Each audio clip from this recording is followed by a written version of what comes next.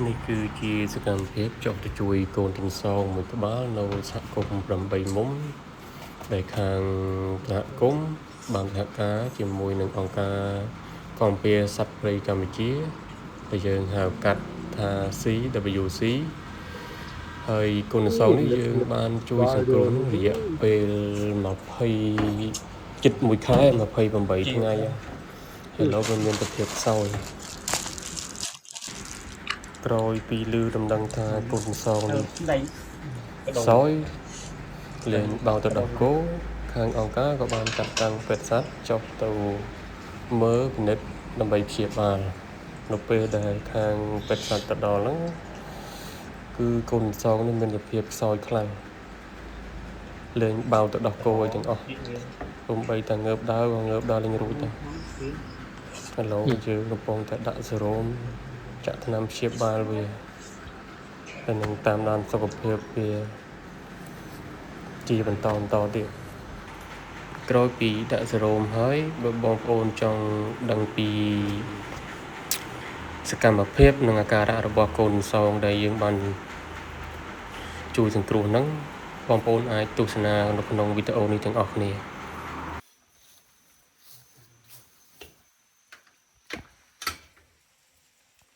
ដេកហ្នឹងដាក់មកជ្រុងហ្នឹងមក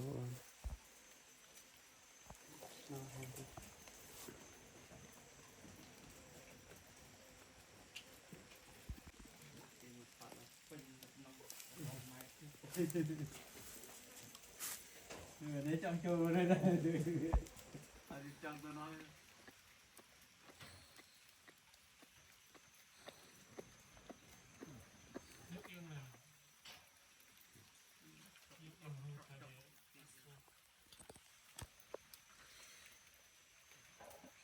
ទៅពេលអៀងមានរោរំលឹកលេងសត្វមក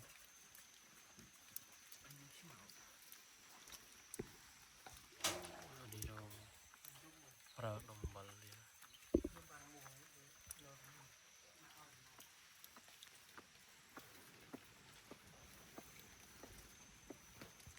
នេះទៅពេលអៀងដល់គោដាក់យូរណាដល់គោមក4នឹងចកខ្លះអត់ចកទេដួលរួយវាហូរដល់ដល់គោយេដឹងថាប្រចហើយមកប្រហែលថាតើមកបោះជិលថាអត់ប្រៃគ្រូពីស្រោមលេងតក់អីបងបាទតិចតតិចតិចពួយវាខ្សោយហ្នឹងក៏ខ្លាំងដែរថយទៅមែនតើមកយកលង្កាខ្ញុំតិចមិញទៅដាក់បាននៅម៉ោងបានទៅលេងម៉ោងបងខ្ញុំទៅដល់ម៉ោង4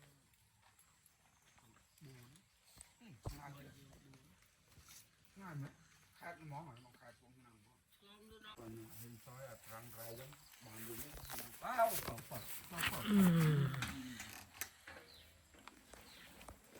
ថតពីលើដល់នឹងស្គូបាក់ដល់អី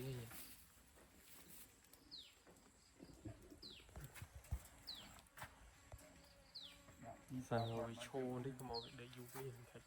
នេះជើងមានរមែនណាគឺក្មេងដាក់លៀបឆ្នាំទៅទីច្រកអត់ប្រត់អូតោះច្រាំងនេះមិនចាំរហឌីដល់ដេកនឹងមក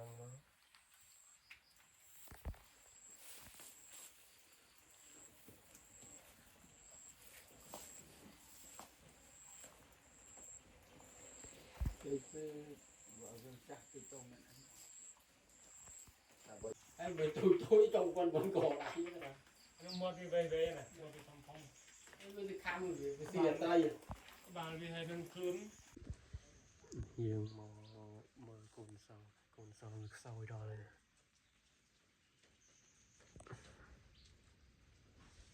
ខ្សោយខ្លាំង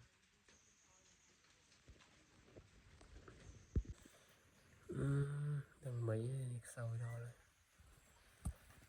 ខ្សោយខ្លាំង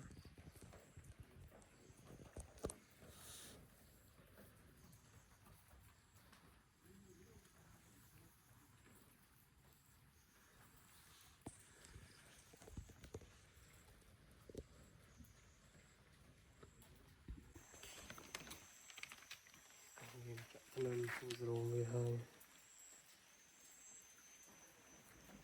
dục này nó miền thì mơ đầy cha mình